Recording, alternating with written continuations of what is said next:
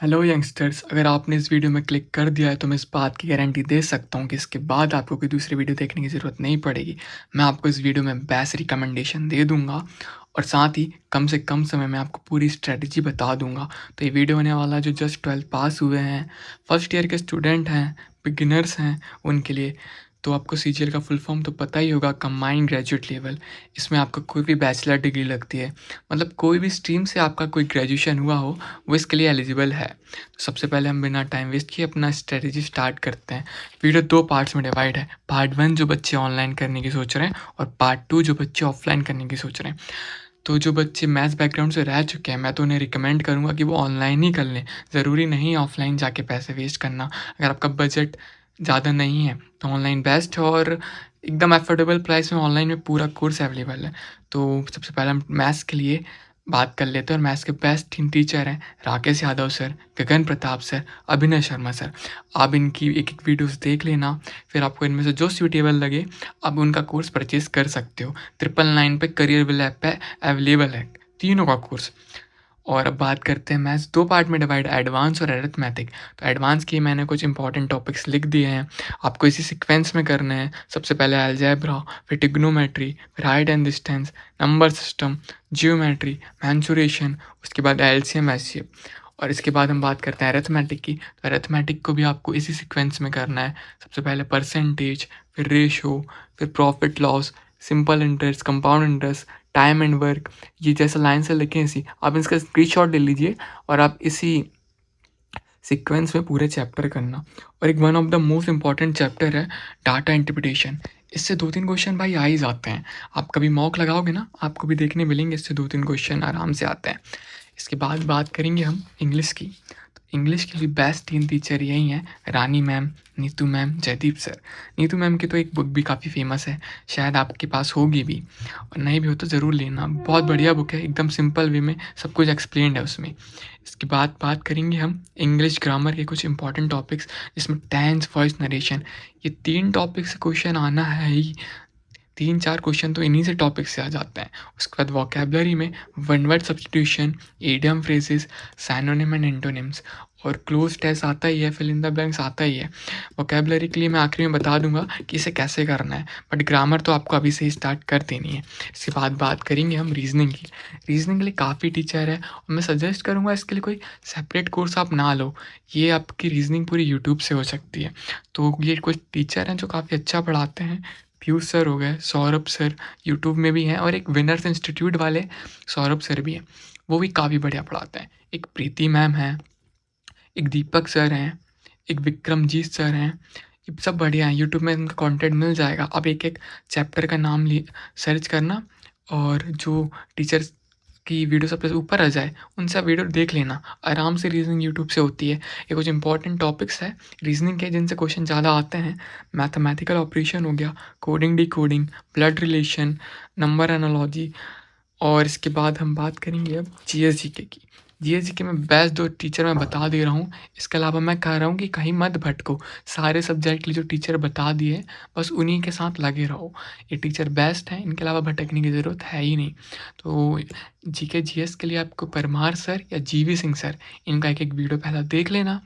जो ज़्यादा सूटेबल लगे उनसे पढ़ना स्टार्ट कर दो। और इनका कोर्स अभी नहीं लेना है, कोर्स कब लेना है वो वीडियो के लास्ट में बताऊँगा। और ये कुछ टॉपिक्स हैं चैप्टर वाइज जिनके वेटेज अच्छे खासे हैं, जैसे स्टैटिक जीके हो गया, हिस्ट्री, ज्योग्राफी, पॉलिटी, बायोलॉजी। इसके बाद हम बात करेंगे कि हमें पढ़ाई करनी कैसी है। तो सबके पास 24 घंटे हैं, आपके पास भी 24 घंटे हैं। इसको 3 पार्ट में डिवाइड कर लो। 8 घंटे की स्लीप लो, भाई सोना ज़रूरी है अगर दिन भर बैठ के पढ़ रहे हो। 8 से 9 घंटे दबा के पढ़ो, 8 घंटे दूसरे काम कर लो। तो 7 दिन को आप 5 दिन स्टडी करो, 2 दिन का रिवीजन मार लो। तो इन 5 दिन में अभी तो आपके पास काफ़ी टाइम है। तो आप एक मैथ्स का एक लेक्चर देखो, इंग्लिश का एक लेक्चर देखो, रीजनिंग का एक लेक्चर देखो, इनका उसी दिन रिवीजन कर लो, फिर 2 दिन और रिवीजन कर लो सैटरडे संडे। उसके बाद फिर अगले 5 दिन दबा के पढ़ लो, फिर अगले 2 दिन दबा के रिवीजन करो।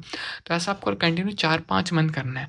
तो इन 4-5 मंथ में आपकी इंग्लिश ग्रामर पूरी कंप्लीट हो जाएगी, रीजनिंग पूरी कंप्लीट हो जाएगी, और मैथ्स के मैथ्स आपको एडवांस से चालू करनी है तो मैथ्स के आपके 5 चैप्टर कंप्लीट हो जाएंगे और इन 5 मंथ के बाद 4 से 5 मंथ के बाद आपको मॉक टेस्ट देना स्टार्ट कर देना है।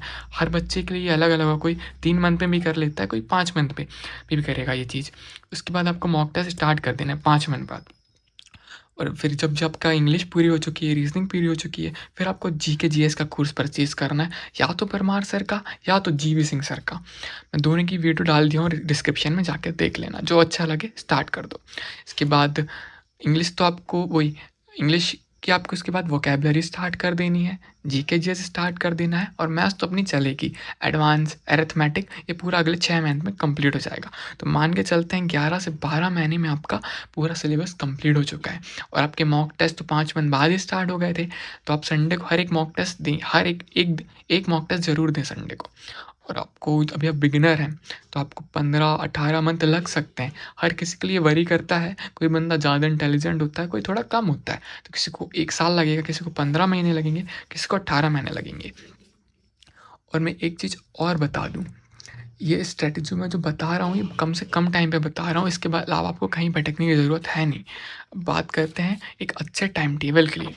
तो देखो, 8 घंटे की स्लीप मैंने डाल दी है और ये टाइम टेबल है 9 घंटे का, 9 घंटे की पढ़ाई का। अब इसका स्क्रीनशॉट ले लीजिए और अपने हिसाब से आप चेंज कर सकते हैं, ठीक है। अब हम बात करेंगे ऑफलाइन वाले बच्चों के लिए। तो मैं ये उन्हीं को रिकमेंड करूँगा जो मैथ्स बैकग्राउंड से नहीं है। तो भाई इसलिए फ़ायदा ये रहता है कि भाई कि तुम्हारा एक बेसिक क्लियर हो जाता है। तो जो और जिनके पास बजट ठीक-ठाक है वो ऑफलाइन जाके कोचिंग कर सकते हैं। कोचिंग 8 से 10 महीने में हो जाएगी, जिसमें आपका बेसिक क्लियर हो जाएगा। इसके कुछ बेनिफिट्स ये रहेंगे कि आपकी रीज़निंग रेडी हो जाएगी, इंग्लिश रेडी हो जाएगी, जीएस जीके रेडी हो जाएगी, मैथ्स ऑलमोस्ट रेडी हो जाएगी। और जब आपकी ये कोचिंग हो जाए उसके बाद आप डेली एक मॉक दीजिए संडे को, और मॉक का एनालाइज़ कीजिए। अगर मार्क्स अच्छे आ रहे हैं तो ठीक है, इफ़ मार्क्स अच्छे नहीं आ रहे हैं तो जो मैंने ऑनलाइन की स्ट्रेटजी बताई है आप उसे फॉलो कर सकते हैं। इसके बाद बात करते हैं कि प्रिपरेशन कब स्टार्ट कर देनी चाहिए। अगर आप मेरी रिकमेंडेशन मानते हो तो मैं कहूँगा कि आप सेकंड या थर्ड ईयर से स्टार्ट करो, आराम से सिलेबस कंप्लीट होगा। इफ़ अगर आप मैथ्स बैकग्राउंड से हो तो, अगर आप मैथ्स बैकग्राउंड से नहीं हो तो आप फिर फर्स्ट ईयर से स्टार्ट कर सकते हो, या तो ऑफलाइन या तो ऑनलाइन, दोनों बढ़िया है, जो सूटेबल लगे। और अब मेरी बात अगर आपको मानना है तो मान लीजिए बड़े भाई की तरह, और नहीं मानना तो आपकी मर्ज़ी है। मैं इसमें एक्सपीरियंस हो गया है तो गाइड कर दे रहा हूँ, वरना क्यों ही गाइड करता। और अगर आपको हर सब्जेक्ट की सेपरेट स्ट्रेटजी चाहिए तो कमेंट कर दो, मैं उसके लिए वीडियो बना दूंगा, जिस भी सब्जेक्ट में डिफ़िकल्टी आ रही है। चलिए आज के लिए इतना ही। राधे राधे, मिलते हैं फिर किसी और दिन। सी यू सून।